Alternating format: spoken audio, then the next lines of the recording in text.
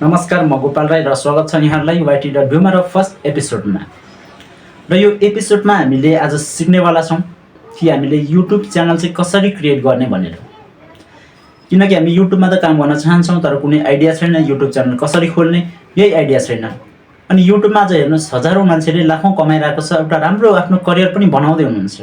अनि युट्युब एउटा यस्तो प्लेटफर्म जहाँ चाहिँ मान्छेले लाखौँ कमाउन सक्छ हामी महिनामा।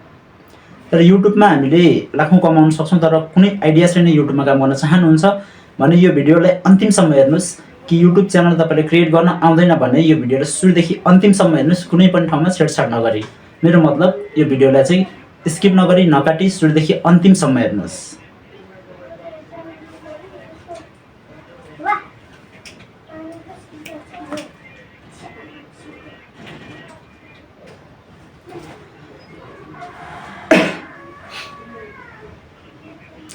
र आउनुहोस्, म तपाईँहरूलाई मेरो मोबाइलको स्क्रिनमा डाइरेक्ट लिएर जान चाहन्छु। सो म आफ्नो मोबाइलबाट यहाँलाई चाहिँ कसरी युट्युब च्यानल चाहिँ हामीले क्रिएट गर्न सक्छौँ भनेर म डिटेलमा तपाईँहरूलाई चाहिँ जानकारी गराउनेछु। सो सुरुदेखि अन्तिमसम्म हेर्दै गर्नुहोस्। आउनुहोस्, हामी स्क्रिनतर्फ लागौँ। आउनुहोस्, यहाँले तपाईँहरूले मेरो मोबाइलको स्क्रिनमा हेर्दै हुनुहुन्छ। अब सबैभन्दा पहिला तपाईँले यहाँनिर युट्युब च्यानल क्रिएट गर्नु छ भने सबैभन्दा फर्स्टमा तपाईँहरूले आफ्नो युट्युबमा जानुहोस्। अब युट्युबमा गइसके पछाडि यहाँ तपाईँहरूले आफ्नो जुन यहाँनिर तपाईँले देख्दै हुनुहुन्छ, यहाँ मेरो अलरेडी एउटा च्यानल छ। सो म अर्को पनि च्यानल क्रिएट गर्न जाँदैछु। अब यहाँ मेरो अलरेडी तपाईँहरूले YT.view भनेर तपाईँहरूले मेरो च्यानल देख्दै हुनुहुन्छ। सो मलाई अर्को पनि च्यानल खोल्नु छ, म त्यही च्यानल तपाईँहरूको अगाडि नै खोल्नेछु।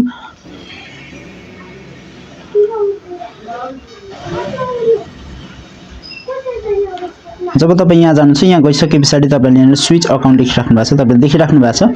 यहाँ गइसके पछाडि तपाईँले यहाँ स्विच अकाउन्ट भनेर तपाईँले यहाँ हेर्दै हुनुहुन्छ, यसमा क्लिक गर्नुहोस्। अब यसमा क्लिक गरिसके पछाडि तपाईँलाई कुन गुगल आइडीबाट चाहिँ तपाईँले आफ्नो च्यानल खोल्न चाहनुहुन्छ, आफ्नो च्यानल खोल्न चाहनुहुन्छ, त्यो गुगल आइडी चाहिँ यसमा हामीले लगइन गर्ने। यहाँ तपाईँले हेरिदिनुहुन्छ गोपाल राई, तपाईँले हेर्दै हुनुहुन्छ। अब फर्स्टमा सबैभन्दा पहिला म यो च्यानल, यो गुगल आइडी चाहिँ हिजो भर्खरै बनाएको थिएँ। अब यो गुगल आइडीबाट चाहिँ म च्यानल खोल्न चाहन्छु। सो मैले यसमा क्लिक गरेँ, गोपाल राई म च्यानल लेखिरहेको छ, यसमा मैले यो भर्खर नयाँ आइडी बनाएको थिएँ। अब यो त्यसमा क्लिक गरिसके पछाडि तपाईँहरूले यो खालको एउटा नोटिफिकेसन पाउनुहुन्छ। सबैभन्दा पहिला यसलाई कट गर्नुहोस्। अब यो खोलिसके पछाडि तपाईँको जुन च्यानल, जुन तपाईँले गुगल आइडी लगइन गर्नुभएको थियो त्यो लगइन भइसक्यो। अब लगइन भइसके पछाडि तपाईँले यहाँ हेर्दै हुनुहुन्छ, यहाँनिर तपाईँहरूले हेर्दै हुनुहुन्छ गोपालले यहाँनिर क्रिएट च्यानल भनेर लेखिरहेको छ। अब यसमा सबैभन्दा फर्स्टमा हामीले क्लिक गर्ने। अब यसमा गइसके पछाडि हाम्रो च्यानल लगभगै अब स्टार्ट भइसक्यो। यहाँ भइसक्यो, तपाईँले क्रिएट च्यानल यहाँ तपाईँले तल हेर्दै हुनुहुन्छ। अब तपाईँले यसमा आफ्नो च्यानलको नाम के राख्न चाहनुहुन्छ, यसमा क्लिक गर्ने।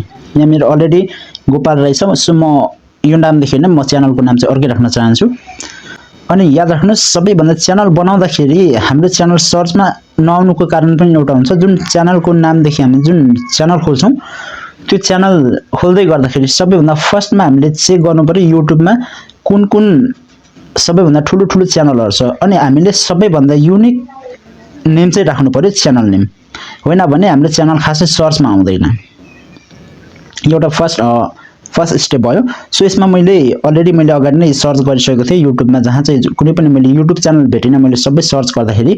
सो मैले यहाँनिर राख्ने भनेर मैले हिजै प्लान बनाइसकेको थिएँ। सो मैले यहाँनिर चाहिँ राख्दैछु जीवन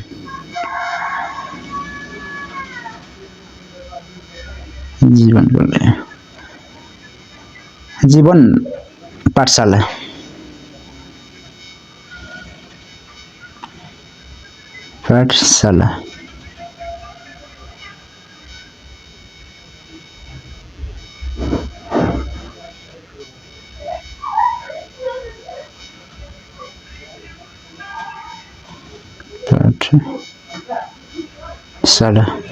मैले चाहिँ जीवन पाठशाला, यो चाहिँ मैले एउटा मोटिभेसन भिडियोहरू चाहिँ यसमा हाल्ने भनेर मैले प्लान बनाएको छु।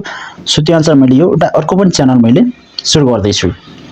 सो मैले यहाँनिर जुन चाहिँ मैले नाम पुरै रिसर्च गर्दाखेरि पनि मैले नपाएको नाम चाहिँ एकदम युनिक नै भनेर चाहिँ मैले यो राख्दैछु। यस्तै तपाईँले पनि आफ्नो च्यानल क्रिएट गर्दै गर्दा सबैभन्दा युनिक नाम राख्नुहोस्, ताकि अरू कुनै पनि त्यो नामदेखि अरू कुनै पनि च्यानल नहोस्, ताकि त्यो जब तपाईँको च्यानलको सर्च हुन्छ युट्युबमा त्यतिखेर तपाईँको च्यानल फर्स्टमा आउने गर्छ।